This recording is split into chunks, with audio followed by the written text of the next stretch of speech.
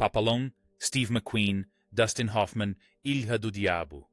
Este épico carcerário de 1973 permanece um dos filmes mais brutais e belos já feitos. Mas por trás dessas paredes em ruínas, esconde-se um tesouro de segredos. Luta real com crocodilos. Uma música de Paul McCartney que nasceu no set. A participação especial final e assombrosa de um roteirista na lista negra. E a chocante verdade sobre se alguma dessas histórias realmente aconteceu. 21 fatos curiosos, além de uma revelação bônus incrível que pode mudar para sempre a sua visão sobre este filme. Pegue seu coco embrulhado e embarque numa viagem pela história aqui no meu canal. A borboleta quase voou para uma estrela diferente. Antes mesmo de Steve McQueen pisar no set de filmagem, o papel de Papon estava se encaminhando para uma direção completamente diferente. Quando a Continental Distributing garantiu os direitos do best-seller de Henry Charrier por $500 mil americanos, eles imaginaram Roman Polanski na direção e Warren Beatty com a tatuagem de borboleta. Mas quando o financiamento do estúdio desmoronou, todo o projeto mudou de mãos. O produtor Robert Dorfman então considerou Terence Young para a direção com Charles Bronson no papel principal. Imagine só, o astro de Desejo de Matar caminhando penosamente pelas selvas da Guiana Francesa. Foi somente depois que esses planos fracassaram que Franklin J. Shanner e Steve McQueen entraram em cena, transformando o que poderia ter sido um filme de ação esquecível em uma epopeia inesquecível. Às vezes, os melhores filmes nascem do caos, o papel que não existia. Dustin Hoffman queria interpretar Papon. Só havia um problema: não havia um papel significativo para ele. O roteiro original de William Goldman focava quase que inteiramente no próprio Papon, deixando Louis D.G.A. como um personagem coadjuvante secundário. No livro, D.G.A. era uma figura menor. Então, os produtores fizeram algo notável. Contrataram Lorenzo Simple Jr. para reescrever completamente o roteiro, expandindo o papel de D a de uma mera nota de rodapé para um papel de co-protagonista, especificamente para atrair Hoffman. A aposta deu certo. Hoffman estava tão empenhado que passou semanas na Biblioteca Pública de Nova York pesquisando o sistema de colônias penais francesas, mergulhando em todos os relatos que conseguia encontrar.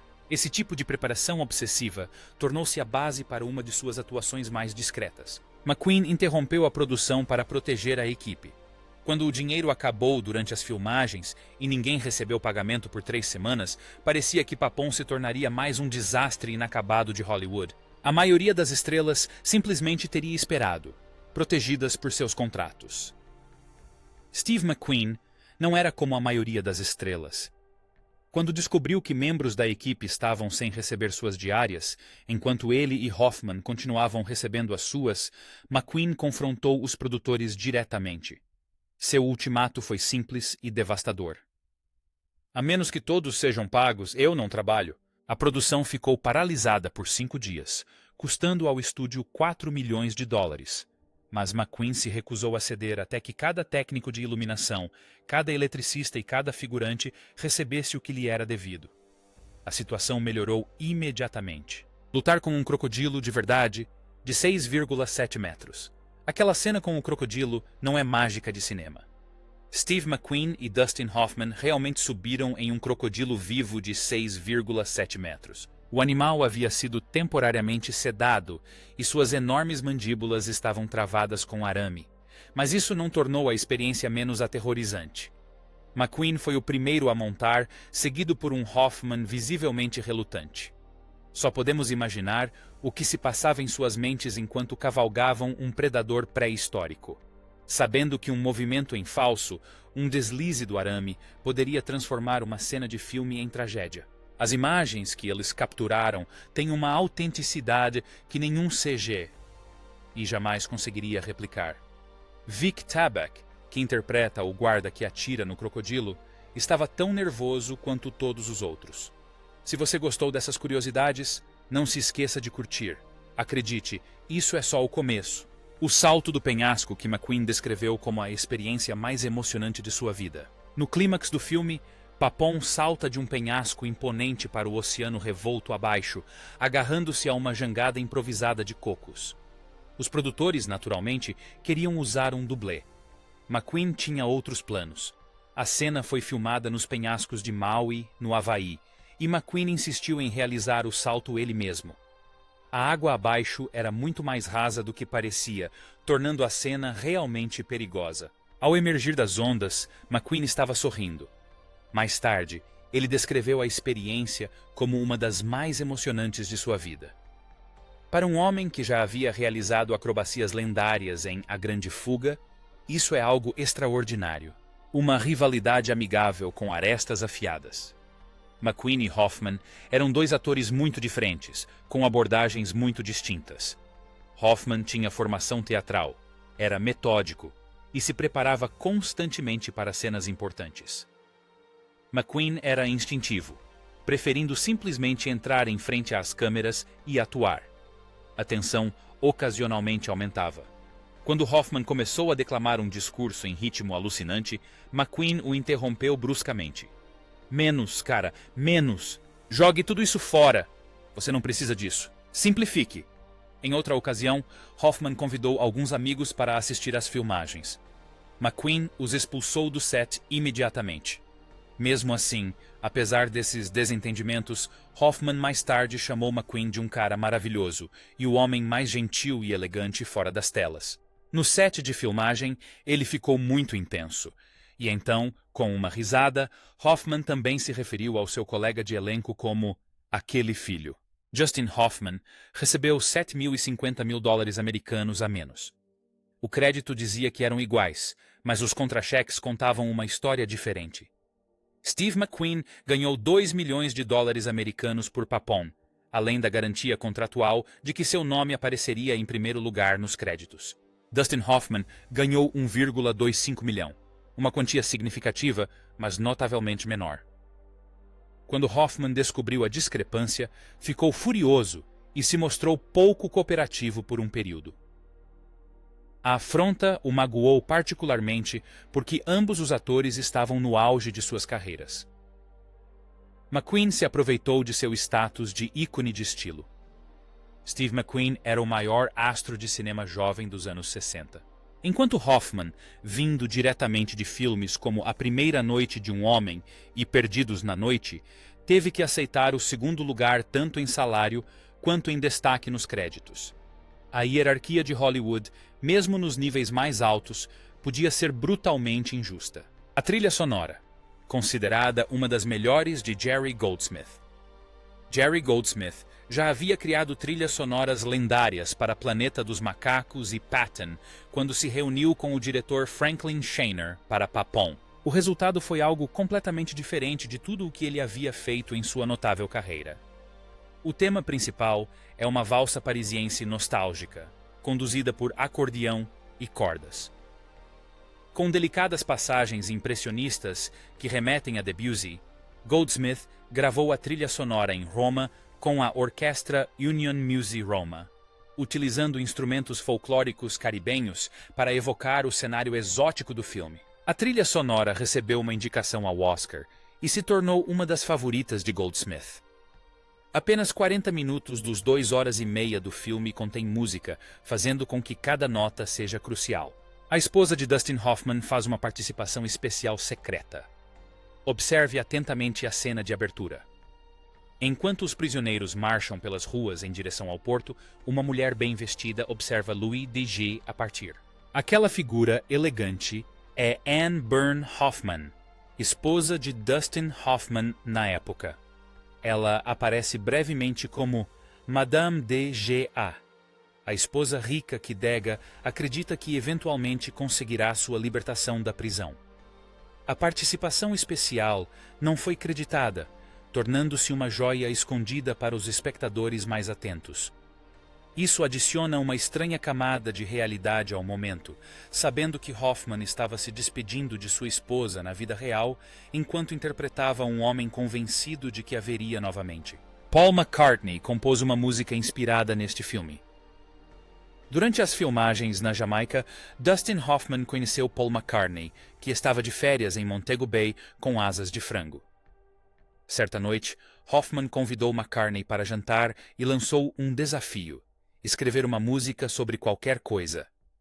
Como Pablo Picasso havia falecido recentemente, Hoffman sugeriu que McCartney compusesse algo em torno das últimas palavras de Picasso. Um brinde a mim. Um brinde à minha saúde. Você sabe que não posso mais beber. Um brinde a mim. Um brinde à minha saúde. McCartney criou uma demo ali mesmo, à mesa. O resultado, as últimas palavras de Picasso, apareceram no álbum Band on the Run, do Wing, lançado em 1973. Um presente inesperado de uma produção lendária para outra. Nascido de um jantar casual no Caribe. Não se esqueça de se inscrever, se esses fatos te impressionaram. E fique por aqui, porque o fato bônus no final é realmente surpreendente. A participação especial assombrosa do roteirista que entrou para a lista negra. Dalton Trumbo foi um dos roteiristas mais talentosos da história de Hollywood até que o macartismo destruiu sua carreira. Incluído na lista negra na década de 1940, Trumbo passou anos escrevendo sob pseudônimos. Sem poder reivindicar o crédito por seu próprio trabalho, Papon foi seu último roteiro creditado. Shaner deu a Trumbo uma pequena participação especial como o comandante severo que se dirige aos prisioneiros nus na abertura do filme. De pé diante deles, Trumbo declara: "A França se livrou de vocês." A frase carrega uma ressonância profundamente pessoal. Trumbo sabia o que era ser rejeitado pelo próprio país. Ele morreu apenas 3 anos depois, tornando essa participação especial uma aparição final comovente. A prisão foi reconstruída a partir das plantas originais. A equipe de produção não se limitou a construir um cenário de prisão. Eles recriaram a verdadeira colônia penal de Saint-Laurent-de-Moroni usando as plantas arquitetônicas originais. A enorme estrutura construída em Falmouth, Jamaica, tinha impressionantes 244 metros de comprimento e estava localizada na cidade jamaicana de Falmouth. Cada detalhe foi considerado, desde as paredes opressivas até as celas claustrofóbicas. Os cineastas chegaram a obter imagens da prisão abandonada real em French Guiana, tomada pela vegetação da selva, que são exibidas durante os créditos finais. Essas imagens perturbadoras lembram aos espectadores que esse pesadelo realmente existiu, que homens reais sofreram dentro daquelas paredes. A cena do charuto que mudou tudo. Um dos momentos mais memoráveis do filme ocorre quando Papon encontra o chefe da colônia de leprosos, Toussaint, interpretado por Anthony Zerbey com muita maquiagem protética. Toussaint oferece a Papon uma tragada de seu charuto, um teste de coragem disfarçado de hospitalidade. Papon aceita sem hesitar, envolvendo os lábios no charuto. Surpreso, Toussaint pergunta como Papon sabia que sua lepra não era contagiosa. A resposta é perfeita. McQueen, eu não sabia. Eu não sabia. Essa simples troca de palavras captura tudo sobre o personagem. Sua rebeldia, seu desespero, sua disposição de arriscar tudo pela liberdade. Mais tarde, Zerbey afirmou que aquela cena foi uma das mais intensas que já filmou. A sequência de sonho que assombra os espectadores. Décadas depois, em confinamento solitário, Papon alucina um julgamento realizado em uma praia deserta. Um juiz com longas vestes vermelhas o acusa do pior crime que um ser humano pode cometer. Não assassinato, mas uma vida desperdiçada. A pena é a morte. Papon não contesta sua inocência. Ele simplesmente abaixa a cabeça e murmura: "Culpado, culpado, culpado", enquanto se afasta. A sequência é deliberadamente surreal, filmada com iluminação austera e diálogos mínimos. Muitos espectadores se lembram dessa cena com mais vivacidade do que de qualquer outra no filme. Ela toca em algo primordial: o medo de estarmos desperdiçando o precioso tempo que nos foi dado. O hábito de McQueen de beber cerveja exigia mudanças no figurino. Steve McQueen descobriu a cerveja jamaicana Red Stripe durante a produção. Ele a descobriu com entusiasmo, talvez até demais. Conforme as filmagens avançavam, o peso de McQueen começou a aumentar visivelmente. O departamento de figurino, liderado por Kent James, fez os ajustes discretamente. Vestiram McQueen com roupas de presidiário cada vez mais largas para disfarçar o aumento de sua cintura. As mudanças foram sutis o suficiente para que a maioria dos espectadores não percebesse. Mas observe atentamente as cenas posteriores e você poderá notar a diferença. Às vezes, os maiores desafios na produção cinematográfica não têm nada a ver com acrobacias ou efeitos especiais. A festa com maconha que deixou o diretor doente. No início da década de 1970, a Jamaica oferecia acesso abundante à maconha e a equipe de filmagem aproveitou ao máximo. Mas alguns membros da equipe decidiram que fumar não era suficiente. Eles ferveram a maconha e a misturaram em bebidas durante uma festa. Várias pessoas adoeceram gravemente devido à mistura concentrada, incluindo o próprio diretor Franklin Shanner. O incidente interrompeu temporariamente a produção, acrescentando mais um capítulo caótico a uma filmagem já problemática. Entre os problemas financeiros, as cenas de ação perigosas e agora isso, Papio parecia determinado a testar todos os envolvidos. Ari Charrier nunca viu o filme finalizado. O verdadeiro Ari Charrier atuou como consultor durante a produção, visitando o set na Jamaica e na Espanha, compartilhando histórias de seu período na prisão e dando conselhos sobre detalhes de época. Ali McGrath, namorada de McQueen, que estava presente durante as filmagens, descreveu Charrier como uma figura bastante charmosa, mas com um ego enorme.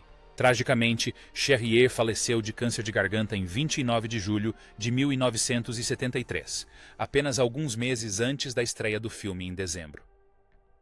Ele nunca viu o produto final, nunca testemunhou McQueen dando vida à sua história, nunca ouviu o público exclamar em surpresa diante de seu notável relato de sobrevivência. O filme que o imortalizou foi concluído sem ele. Clique no botão de comentários e conte-nos qual fato mais te surpreendeu. Lemos todos os comentários. O livro que pode ser 75% ficção. Omri Charrier sempre afirmou que sua autobiografia era 75% verdadeira. Pesquisadores modernos sugerem que esse número pode ser generoso. O jornalista francês Gérard Devil, autor da obra reveladora Papillon Panglais, em seu romance semi-biográfico Papon, afirma que apenas cerca de 10% representa a verdade. Muitas das aventuras mais dramáticas do livro aparentemente aconteceram com outros prisioneiros, cujas histórias Charrier absorveu e reivindicou como suas. Autoridades francesas afirmam que ele nunca chegou a cumprir pena na Ilha do Diabo.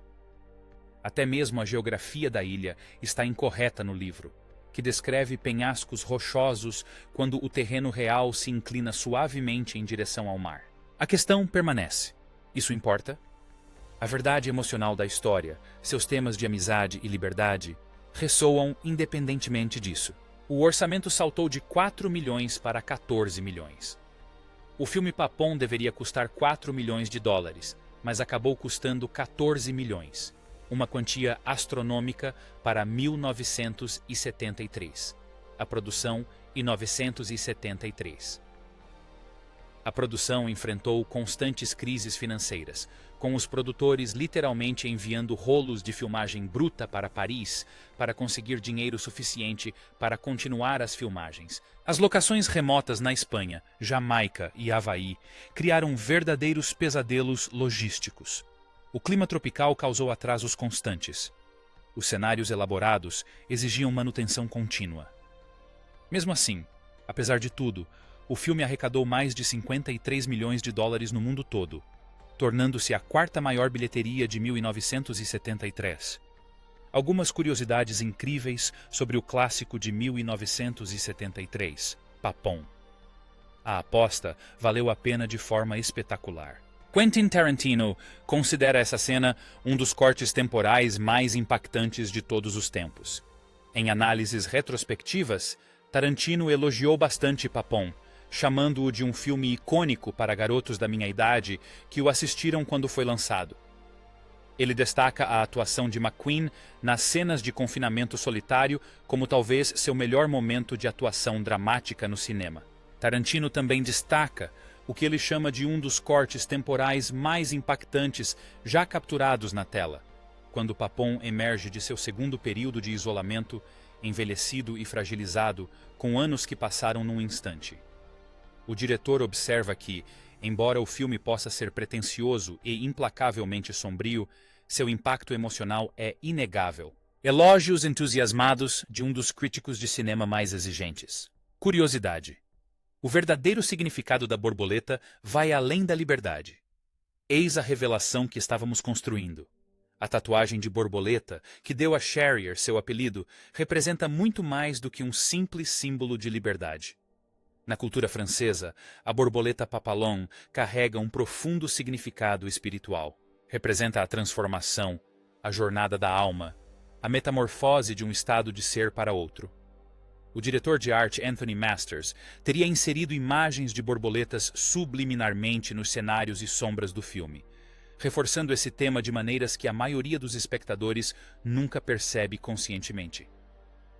Quando Papon finalmente salta do penhasco, segurando seu coco embrulhado, a câmera o captura quase flutuando contra o céu, com os braços abertos. Ele não está simplesmente escapando, ele está emergindo de sua crise, transformando-se de prisioneiro em homem livre, de lagarta em borboleta. O filme inteiro se torna uma meditação sobre a transformação através do sofrimento. O verdadeiro sistema penal francês acabou sendo fechado, incapaz de sobreviver à sua própria brutalidade. Mas a borboleta resistiu, e este filme também. Eis aí. 21 fatos, mais um bônus inesquecível sobre um filme que se recusa a cair no esquecimento. Papon perdura porque fala a algo fundamental dentro de nós: o desejo de liberdade, o poder da amizade, a recusa em deixar que as circunstâncias definam nosso espírito. Steve McQueen e Dustin Hoffman criaram algo atemporal nas selvas da Jamaica. Algo que continua a emocionar o público mais de 50 anos depois. Cada luta, cada fuga, cada momento de conexão silenciosa entre dois homens tão diferentes nos lembra do que o cinema pode alcançar em sua melhor forma. Se você chegou até aqui, com certeza faz parte da família Rewatch Club. Então, prove. Deixe um emoji de borboleta nos comentários se você já assistiu Papon do começo ao fim. Curta e inscreva-se se quiser mais análises aprofundadas dos filmes que marcaram a história do cinema. E conte para nós qual momento deste filme ainda te arrepia. Até a próxima. Continuem assistindo.